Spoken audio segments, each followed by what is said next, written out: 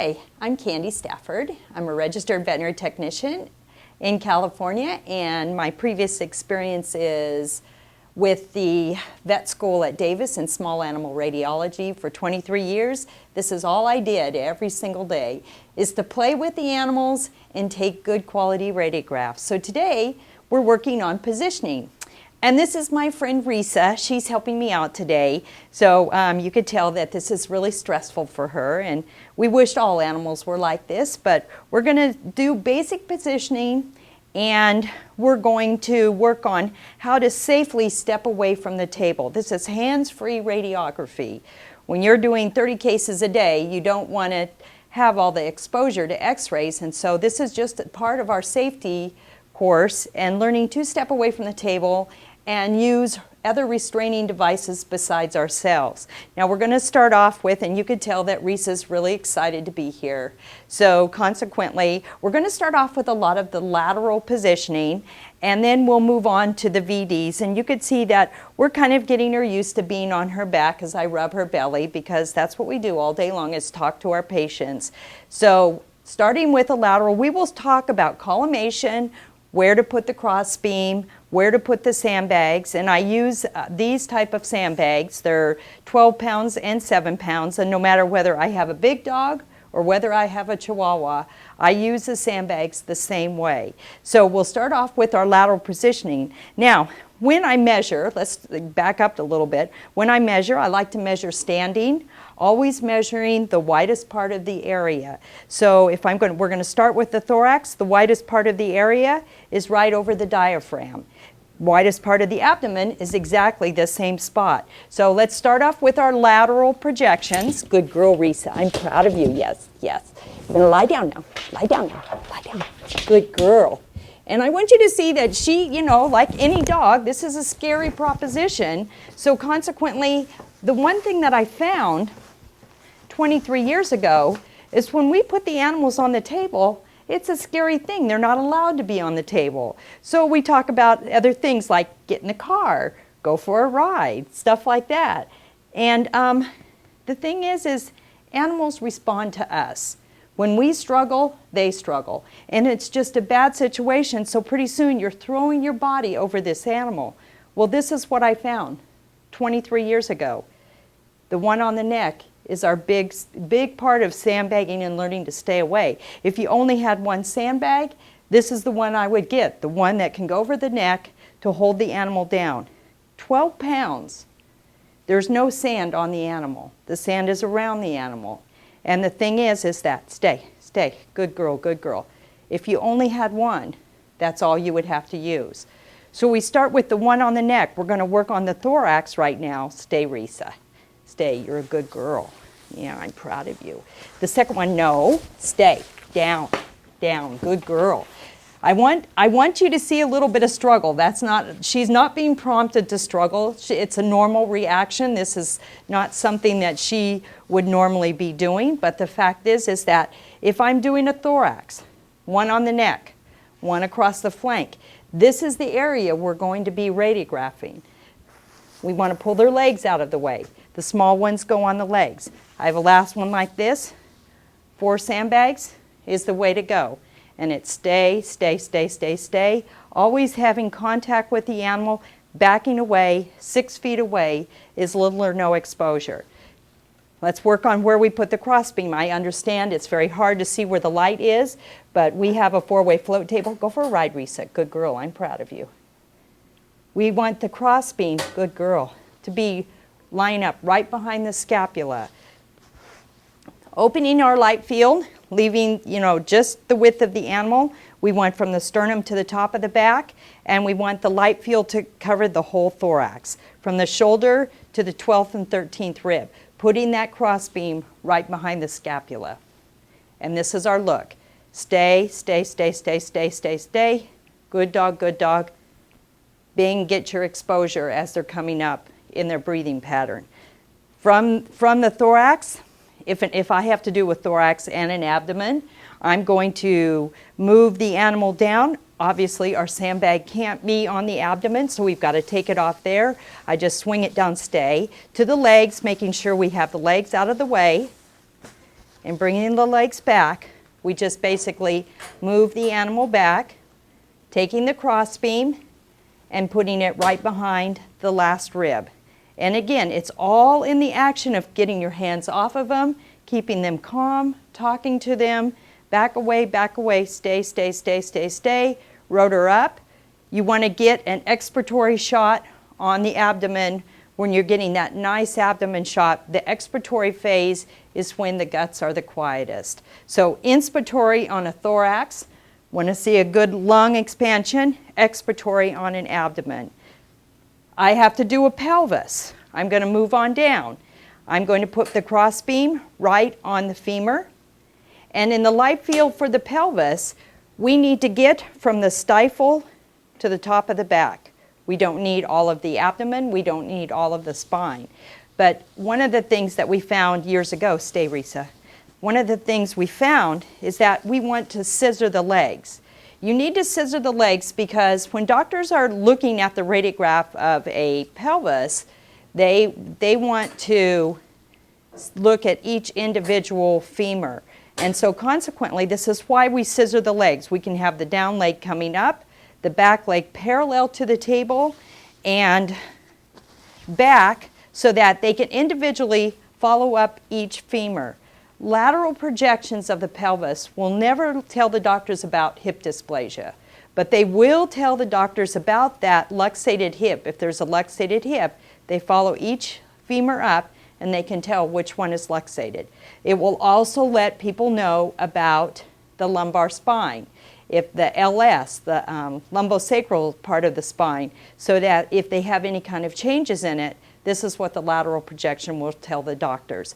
One of the things that's also very helpful is when you have an animal that is very thin or an animal that might possibly be very fat, like we never have fat animals in veterinary medicine. Basically, I will use a wedge underneath the sternum to help roll the animal up so that it will keep the spine and the ribs all superimposed. So a wedge, a foam wedge, you can radiograph right through them, is really handy under the animal to keep them nice and lateral and parallel to the table. And these are our lateral projections. And you can see that Risa is a very good dog. She's an older Labrador. She's not sedated, but this is not a scary thing. Once you get your hands off of them, then you can work with them and get them to work with you so that you can step away and stay, stay, stay, stay, stay, stay, stay, get your shot. At the university, we were probably 8 feet away, never out of eye contact with the animal, but always away from the primary beam so that we're not getting the exposure. I have a lot of owners that ask me, what about the exposure to the animal? Is that hurting them? No. It's not hurting them because animals don't live as long as people do. And we as technicians, any of this exposure, we talk about where does the scatter radiation come from? X-rays come down in a cone-shaped area. They hit the animal, penetrate, go through the animal, produce that image on whatever way you're capturing those images. But the fact is the weaker stuff bounces off in a 360-degree spear. And for all of you techs that grab a leg and take a glove and hold that leg and put that glove on top of your hand, scatter comes from the patient. What is your hand doing there, and what is that glove doing on top of your hand? It's all coming at your hand, and that glove on top of your hand is doing nothing. And so consequently, this is one of the biggest things that techs do. They take that glove off, they hold that leg, they throw the glove on top of their hand, and it's not doing anything.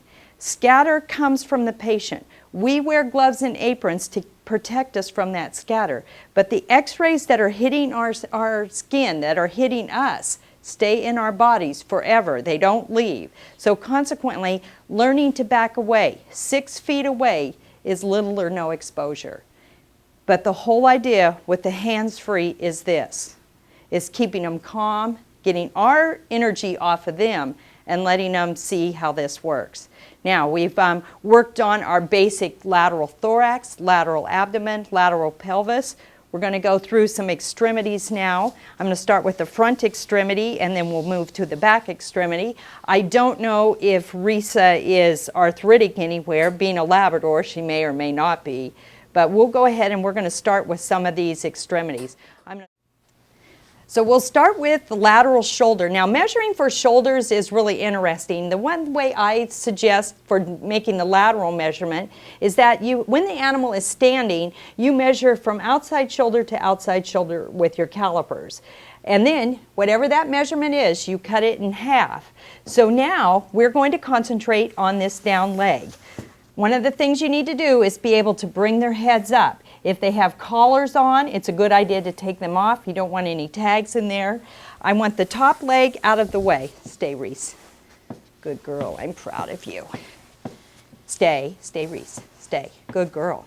So we are going to take this shoulder and we are going to put that crossbeam, stay, sweetheart, right on the shoulder itself, bringing our light field down to just the area of interest. If you have too much elbow in the light field, it probably means you are not centered and you want to bring your light up a little bit. And like I said, it's very hard to see where the light is, but you want that crossbeam to be right on this shoulder itself. If I'm going to do a humerus, I'm going to bring my light field down a little bit, and this is the area that I'm going to get from joint to joint, from shoulder joint to elbow joint. Moving on down the leg, if we're going to do an elbow, I am going to use those same wedges and I am going to put the carpus up on the wedge. I'm going to put a sandbag on the paw, and what this does is this forces that elbow down on the table in a nice lateral projection. Moving on down the leg. Oh, and with the elbow, if you're going to do an OFA elbow, a flexed elbow, bring the leg up like that, and again on the wedge, put the sandbag there, and then we have a nice flexed elbow that way. And again, centering down, collimating down. I can't stress the importance of collimating. It not only cuts out the scatter, it gives you a nice image. The more scatter we have, it artificially, if you're using film, it artificially darkens the image. So consequently, the more you can collimate down that primary beam, the better it is as far as good quality radiographs. And I use the term radiographs. I don't use the term X-rays. X-rays are what comes out of the tube. The images that we produce are called radiographs. Now, if I'm going to do a front leg, I will use, animals don't like their feet touched. And so consequently, I try to keep all hands off the legs. If I'm going to do from a radius ulna, I'm going to go from the elbow to the toes. If I'm going to do just a carpus, if I'm going to do any joint itself, my light field has to be focused right on that joint. That crossbeam is right on that joint. Elbow, carpus, shoulder, stifle, any joint, any single joint that we do, that crossbeam should be right on that joint, meaning that we don't want to look at these joints at an angle. We need straight on shots for them. So we have the paw, the carpus, the metacarpal bones, we have the radius ulna and the elbow. So long bone type of situation, you want from joint to joint, we want from the tip of the toes to the elbow. So we have shoulder, humerus, elbow, radius ulna, carpus, all of it I use a wedge. If I don't want it to be up like that, I'll take the fat edge of the wedge just to push against the paw to hold it out there. And I like to, extend it out, not holding onto the paw like we typically want to do. The minute we get our hands off of them, this is how the animals react. So we've worked on our front legs. One of the things also, you may have a doctor that asks you to get, stay Reese, may ask you to get, stay baby girl, you're being good, may want you to get a neck. Necks are very hard to do to keep your hands out of the primary beam. One of the things that I find is really helpful, and of course we couldn't have her collar on there, so we have to kind of pretend her collar's not on there. I use wedges for keeping the animal lateral, nice and lateral, and I need to have them leave their heads down, and we don't want our hands near the primary beam. So I will often use either a sandbag to hold their ears down, or I will take a wooden kitchen spoon.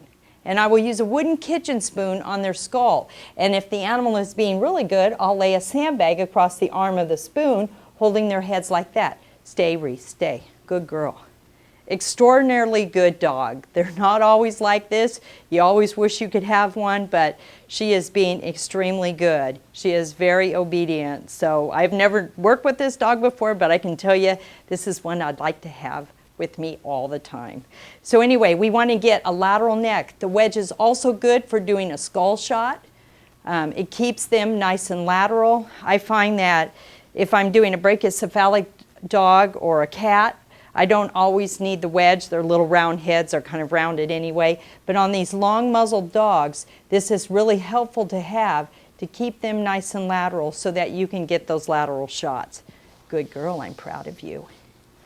You're a good girl. Okay, moving down to the back leg. That's a good girl. Oh, we're having fun, aren't we? If I'm going to do a stifle, now one of the big stifle surgeries that we've been working with lately is a TPLO. TPLOs should always be done with the animal sedated or anesthetized doing these shots because you have to get them in a perfect situation. But we're going to talk about some things on doing these. If I'm going to do a femur, if I'm going to do a stifle, I will take the front leg and I will bring it up this way. The top leg. I will bring it up. Stay, baby girl, stay. I will bring the top leg up and keep it out of the way.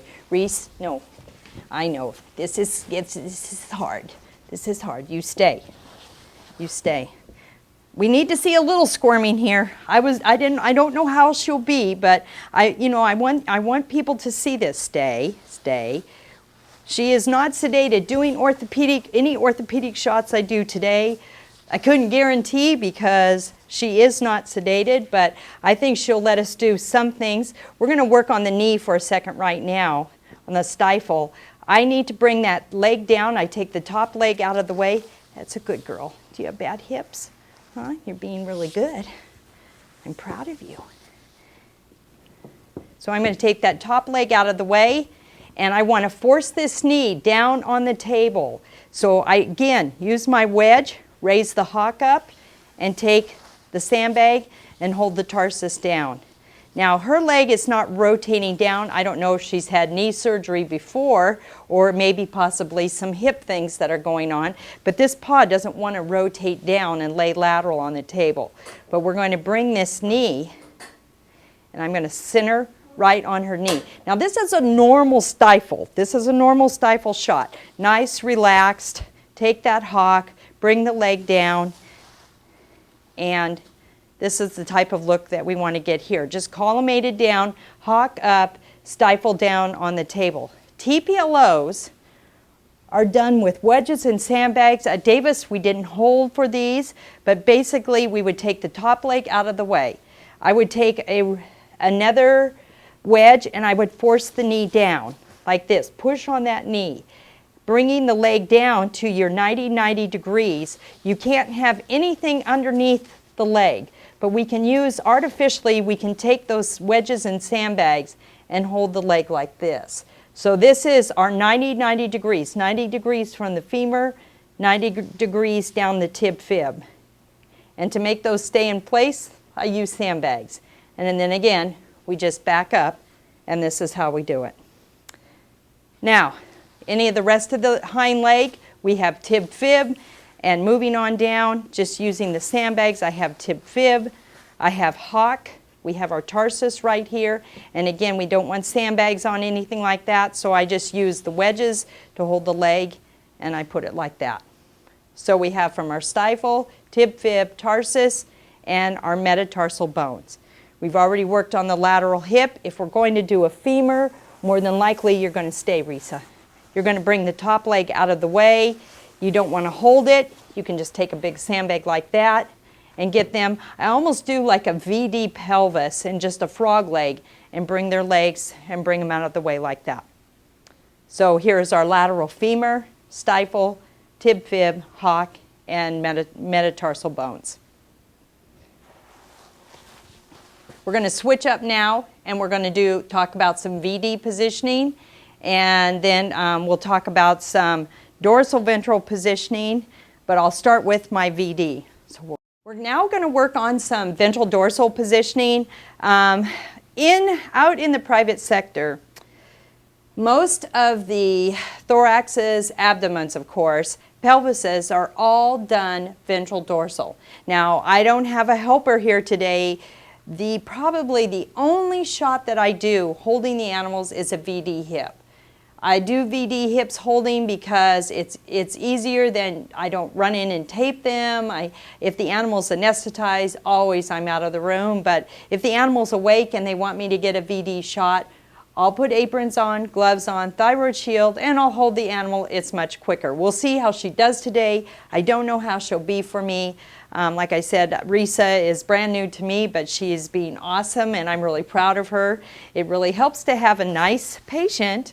And we all know we don't get those every day. So we'll start with rolling them up. And again, measuring for a ventral dorsal, always the widest part of the area. We go from the xiphoid to the top of the back. This measurement will be the same measurement for a thorax and an abdomen, because this is the widest part of the thorax as the widest part of the abdomen too. So we're going to roll her up on her back.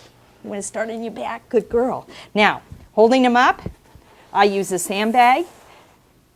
A big one on each front leg. Good girl. Good girl. I'm proud of you.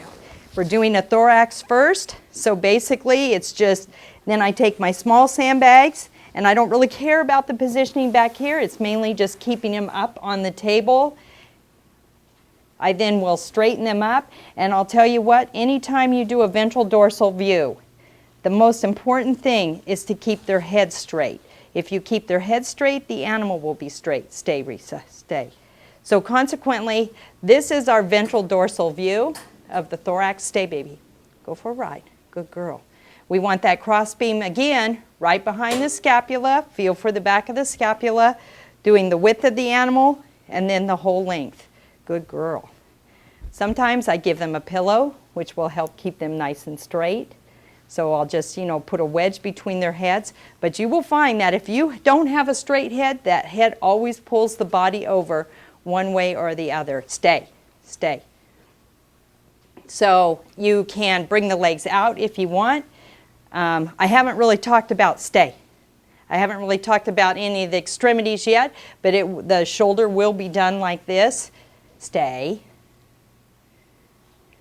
And you can tell she doesn't mind laying on her back, but this is probably a little bit different than what she's used to when actually somebody is probably holding her. So it's stay, stay, stay, stay, stay, good dog, good dog, good dog, and we get our shot. And I'm just kind of like taking her, bringing her legs up a little bit, bringing them up so that she can balance herself, because these sandbags actually really help them to balance on their back if you don't have any positioning aids. Stay.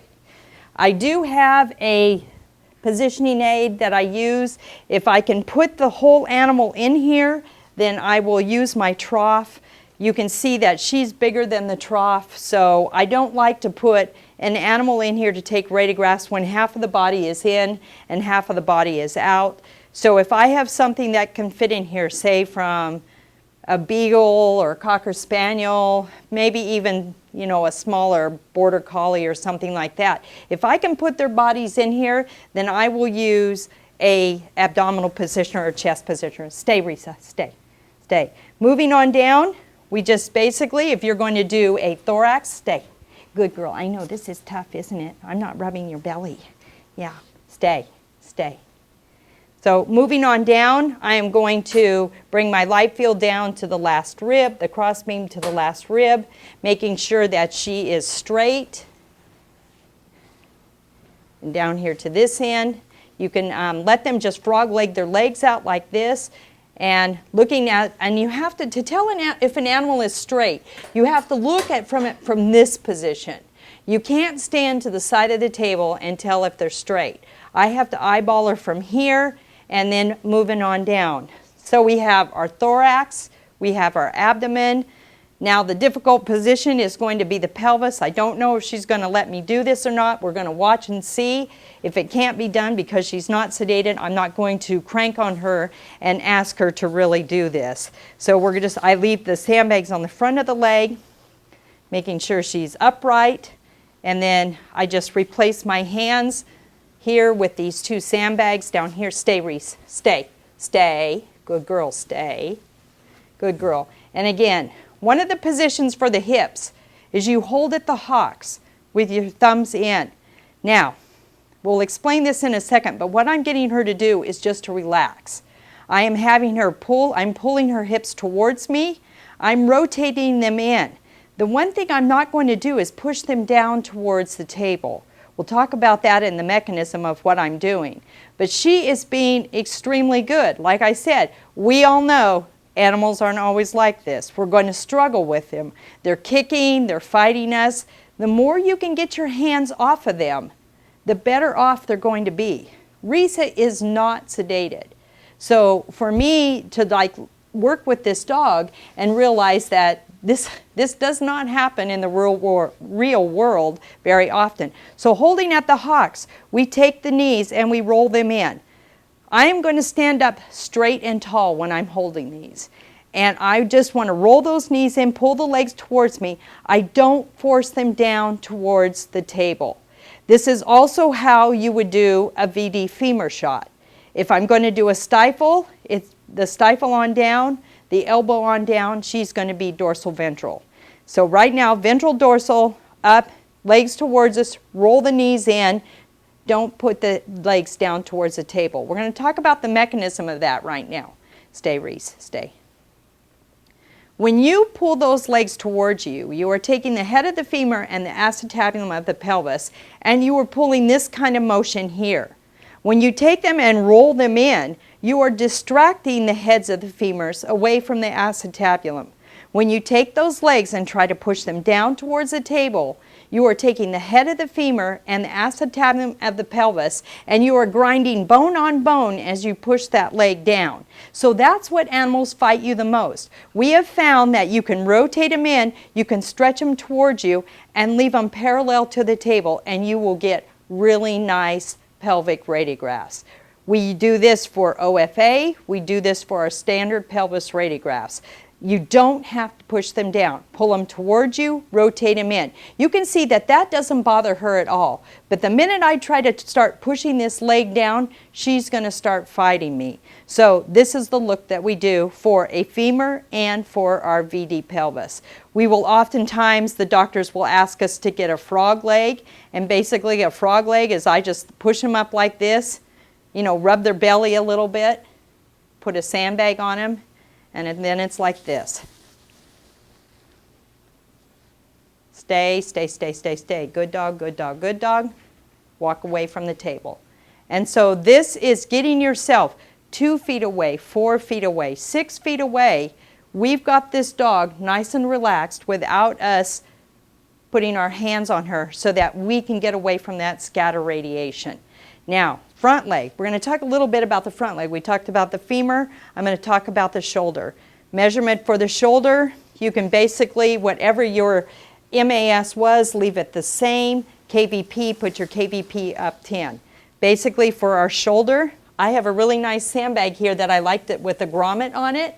And I like to tie a, the white gauze tie that you use for endotracheal tubes. I like to tie a knot through that, slip it around the foot, and hang it off the table, resting on the floor. And this gives you a really nice stretch job for your shoulder. So we have our shoulder. This is also an excellent scapula shot too.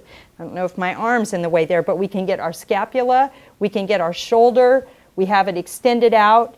Our humeral shots, I don't like to do the humerus because you see the humerus is at an angle. I actually bring a humerus back like this, and stay, baby. I'll put a sandbag here. I take a wedge and put it in here to move it out away from the thoracic area, and this is my humeral shot here. And believe me, this dog gets a star for being as good as she is because she just likes her belly rubbed. She's a good Labrador. Best breed around.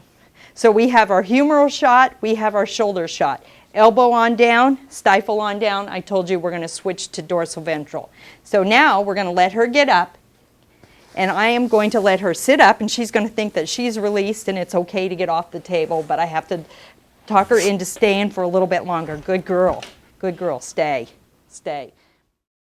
Now we're going to talk about some more extremities, but I also want to talk about dorsal ventral views of the thorax and why we do a dorsal ventral versus a ventral dorsal.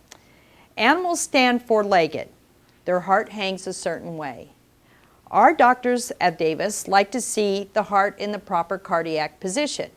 When you take an animal and turn it over on its back, you drop the heart down to the back of the chest and you turn it on a different axis. So standardly, routinely, our second position for the thorax is a dorsal ventral view, so they can see that proper cardiac silhouette. So we basically just get them to stand up, and we have a chest, stay baby girl, stay, stay. And we have a chest positioner that's kind of a half one of my long body one. Down, down, down, good girl. Look, bring your leg up, good girl, I'm proud of you. Good girl, down, down, good girl. Say, can you get your legs underneath you? Huh, is that a little crazy?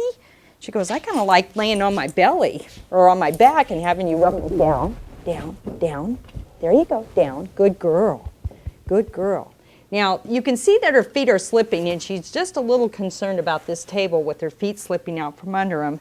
That's when the wedges come in really handy. So basically, I'm going to put her in the chest positioner, and I'm going to use a sandbag, one sandbag, just to keep their head down, to keep the weight down, to free up my hands so that I can position the rest of the animal. They can't sit with their legs out behind them. That doesn't make for a straight shot, but I grab for my wedges at this time, and I use my wedges and my other sandbags to kind of bucket them up to keep them straight. So we take our wedges, and now I'm going to bring her legs underneath her. Stay, Reese. Stay. Stay. No, down, down, down. Good girl. I'm proud of you. And I'm going to use a wedge underneath each foot, bringing it up. And I could tell that she probably has had some kind of hip problem or maybe a stifle problem, that this may not be real comfortable for her, because this is something that you would think that this position would be really easy for them to do. But with bad hips or bad stifles, I keep all weight off of their back end because I want them to be comfortable. She is kind of like just barely putting her back end down. Down, stay, stay. I'm just going to let her get comfortable with this for a second. So basically, dorsal ventral position, just putting one sandbag on their heads, keeping their legs even, and getting their back ends up underneath them. Now, if it would be more comfortable with her to keep her legs together, I will do that. Whatever makes them comfortable. You get them comfortable, they're going to work with you. Stay, stay. Good girl. Stay, stay. You have a bad knee or bad hip, don't you? Yeah, well, that's okay. We won't force you. Talk here. You can cut that out. So, stay, Reese, stay. Good girl. I'm proud of you. Good girl. Good girl. There you go. Good girl. No, down, down, down. When you know what they have bad hips or bad knees, when they want to leave their legs out straight like that, and if that's more comfortable for them, I let them do that. Whatever is comfortable. So basically, we get them up ventral dorsal, let them put their legs. If this is more comfortable with her, see, this may be a hip problem with this dog, even though she let me do her ventral dorsal hips. A lot of times these arthritic dogs, this is more comfortable for them than having their legs underneath them. So I want to just put a sandbag down on their head. That's a good girl. I'm proud of you. You're being really good. Put your head down. And then I will put the crossbeam right behind the scapula. Believe it or not, this is actually an excellent shoulder shot. When the doctors are looking at the tendons of the shoulder, the bicep tendons, then basically we will put a dog like this, and we call this the groove shot. and we shoot right down on the shoulders like this so that they can look at the grooves of the shoulders. Dorsal-Ventral Positioning for our thorax so that we can look at the proper cardiac silhouette. And again, that cross beam will go right behind the scapula, and you just set them up and get them nice and straight. I will also use wedges sometimes. If I can't get them quite straight, I'll actually put a wedge underneath my chest positioner so that I can roll them up a little bit and get them straight. You can tell that she has a little bit of hip problem because this position right here with her legs is not normal, but it's more comfortable for her. And to me, it's like this: stay, stay, stay, stay, stay. Good dog, good dog, good dog. And we get them to stay like that. And again, straight heads are important, so I like to put the sandbags right in between the legs of these big dogs. If it's a smaller dog, the sandbag goes on the outside, and I just get them to stay. And you can tell that the way she's looking at me, it's like, hey lady, this isn't the most comfortable position. So now we're going to talk about some front legs, and then we're going to work on some back legs. I'm going to borrow this wedge out from underneath her foot. One of the things that I found, animals don't like their feet to be touched. The minute you start touching them, they start pulling them away from you. So one thing I found is when I am dealing with a front leg, from it being, you want to sit with your, you want me to fix your legs? I'll fix your legs. Come here. Down, Reese, down. I'm going to fix your legs to the side. Fix your legs to the side. There you go. Down, down, down, down. Good girl. Let me put this underneath you. Good girl. Good girl. Down you go. Down you go. Good girl. Is that a little more comfortable? Is that more comfortable? You don't act like it. So basically, I use a wedge underneath their elbows to push their elbow out. Let me do this leg here because this one's a little more relaxed for her. You can tell this position is not as comfortable for her. I see it in her body language. She's holding herself very stiff. This is not something, maybe it's her right hip that she's having a problem with and I'm making her lay on it. She's being very good for me, but I just see it in her body language that this is not very comfortable for her. So basically, using a wedge, I put the wedge behind the elbow and I extend from here. I don't try to hold on to a toe, but everything is resting on an elbow so that we can, the wedge is underneath it, and like I said, you can radiograph right through it. If they've got their head in the way, basically if you need to stand there, you could take their head and pull it out of the way. Or we just get them and I call them and I'll say, Reese, and I'll get her to look over at me. And again, you have the light field directly on that elbow. Good girl. I'm proud of you. On that elbow, and I'm like this, stay, stay, look at me. And I get my shot from here, making them look over at me and bing, get the shot. But you can see that. You can get their head out of the way and you can radiograph that whole front leg. We talked about the shoulder. Shoulder and humerus are done VD. From elbow down to carpus, I do everything dorsal-ventral.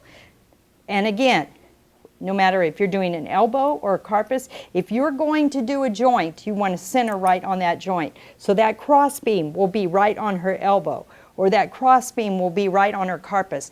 A lot of doctors like to get the whole radius ulna with the paw in there, especially if they have curvature of the bone. And so consequently, it's this wedge behind the elbow so that you can keep your hands out of there. Stretch from here. Don't try to hold on to the toes and keep a hold of that leg. When you get them to stretch from here, it's very comfortable for them and they don't fight you. Now the back leg, we're going to go down. I haven't gone over a lot of spine, but the spine, if I'm doing laterals, is it from lumbar, TL, thoracic, are we boring you, and cervical. So consequently, the same thing is if I'm going to do laterals, I'm going to do those same one for the VDs on the spines. On skulls, because she is not sedated, I'll do my lateral, and then my next shot is a dorsal-ventral view. And I'm going to flip her hips around right now because I think this is the uncomfortable position that we're fighting with. So I'm just going to get her, she's probably going to want to stand up, but I'm going to get her to flip her hips to see if maybe that will make her more comfortable. Is that better? Huh? Is that better? You're a good girl. So basically, if I'm going to do a dorsal-ventral skull, and again, she's not sedated or anesthetized, so their head's going to be down there. I like to do dorsal-ventral because then I can look at their eyes and see that they're nice and straight. Trying to do a VD skull when they have that bump on top of their head is very hard. They're always leaning one way or the other. But dorsal-ventral, you can put them right down on their mandible and get that nice shot where you can look at their eyes and see that they're straight. Last thing we're going to talk about is the back extremities. And of course I'm going to have to put this on her head to keep her down because this is probably, again, not her most comfortable position. But I'm just going to take the table and I'm going to swing it down this way. Good girl, Risa. We're almost done, baby. You're being a really good dog. So now we're going to talk about the back legs, and like I said, I like to do dorsal-ventral. I flipped Risa over because I thought she was a little more comfortable on her left hip from her right hip. So basically what I'm doing right now is I'm just flipping her back over to where I can get her in a comfortable mode and get her head down. I use, again, the sandbag on the neck to control that front end of the animal, while I'm working on the back end of the animal. When you don't have a partner helping you do these radiographs, and when you have an animal that isn't sedated, this is not always an easy thing to do. I use wedges to extend the legs, just like I do on the front legs. And so basically, I'm just going to swing her legs out behind her. Stay, good girl, good girl, good girl. Using the wedges, stay, to help make her a little more comfortable. So basically, it's a wedge under one knee. If I want to bring that leg up, down, down, down, down, down, stay, good girl, good girl, good girl, good girl, stay. Using the wedges to help keep them from sliding around, I'll put a wedge under one leg. If I'm going to do, say if I'm doing her left stifle right now, I pretty much let her just get comfortable. Stay, I know this is hard. We already made you do it. Stay, stay. So basically, I've got her legs back out, but I just need to get her upright. And so using those wedges, stay. Bringing those legs out, whether they want to bring one out or whether they want to bring both of them out, the wedges really help keep those legs extended, one on each knee. So if I'm working on, say, the left knee right here, I'm going to use a wedge to keep it upright. Keep it extended out, so that I can have it extended out and setting my light field right on that joint itself. I don't use a lot of sandbags here except to maybe bucket them up and to keep them comfortable, and to just use, say, on the foot. So we have our stifle, we have our tib fib, we have our tarsus, we have our metatarsal, and of course she would be I'd bring her up to the front of the table. But this is how I do it to keep them nice and comfortable. The keeping them comfortable, I think, is the biggest thing that we have to help us to get our positioning where we can get it quickly, get it done right, get them nice and comfortable. Like I said, putting that knee down on a wedge, centering right down on the joint. We have the stifle, we have the tarsus, those are two important joints, and you want those cross beams to be right on that joint. If you want that whole leg, like say if we were doing a TPLO PA view or a caudal cranial view, we need it to be upright and straight. I'll bring both of the legs back. If they want to keep their other leg up, then the one I'm not working on, then I'll let them do that. You can see by her panting that this may be a little bit uncomfortable for her, but by no means is she fighting me as far as extending this leg out so I can get my shot. So DV for any extremities from elbow on down. From the front, we call it AP or cranial caudal, and like I said, I've been in veterinary medicine for a long time and I feel comfortable using the terms anterior, posterior. On the back leg, we're going from posterior to anterior PA or caudal cranial. But I like these because we can get the joints right down on the table. No magnification. If we're doing hips, the legs are up. But when we do a dorsal-ventral view, we've got that stifle right down on the table. We've got that tarsus right down on the table. There's none of this of trying to force them down in the ventral dorsal position. So DV on the legs, VD on the shoulder, the humerus, or the femur. Okay, you guys, that's all for today. I know we've gone over lots of things, but I think mainly in veterinary medicine, the thorax and the abdomen and the hips are probably our biggest shots that we do. And I would like to thank Risa because she was awesome. Thank you very much. Okay, we have Rebecca today, and Rebecca is like, see, we're giving us the attitude already, but I want to kind of let you know we talk a lot about dogs, but I want to give you an idea on my restraint on cats. The thing that I use, oh, Rebecca, stay. And you guys, Rebecca is the hospital cat here, and she thinks this is really embarrassing, so you have to understand, I'm not really worried about her biting or scratching me, but this is just how she complains. I use what's called a scruffer. Scruffer is actually a human towel clamp that I found about 16 or 18 years ago. I got involved with the company because I found they were an amazing tool. Basically, you take the scruff like you would with your hand. You clamp that onto the scruff, and this is what they do. They may growl, they may complain, but the fact is they lay there, and then I take them, and oh, Rebecca, I'm sorry. I know this is embarrassing for you that you don't have to do this. So basically, I take them, sandbags, the small ones, and you can hear her, she's growling, typical response, I'm sorry, Rebecca, I know this is embarrassing, and basically the scruffer and step away from the table. That restraint, that little device is well known in California, well known in the United States. I have people that call it a mama clamp. But basically, the cat thinks I have my hand on her, so it keeps them down on the table. 1, 2, 3, step away, get your shot.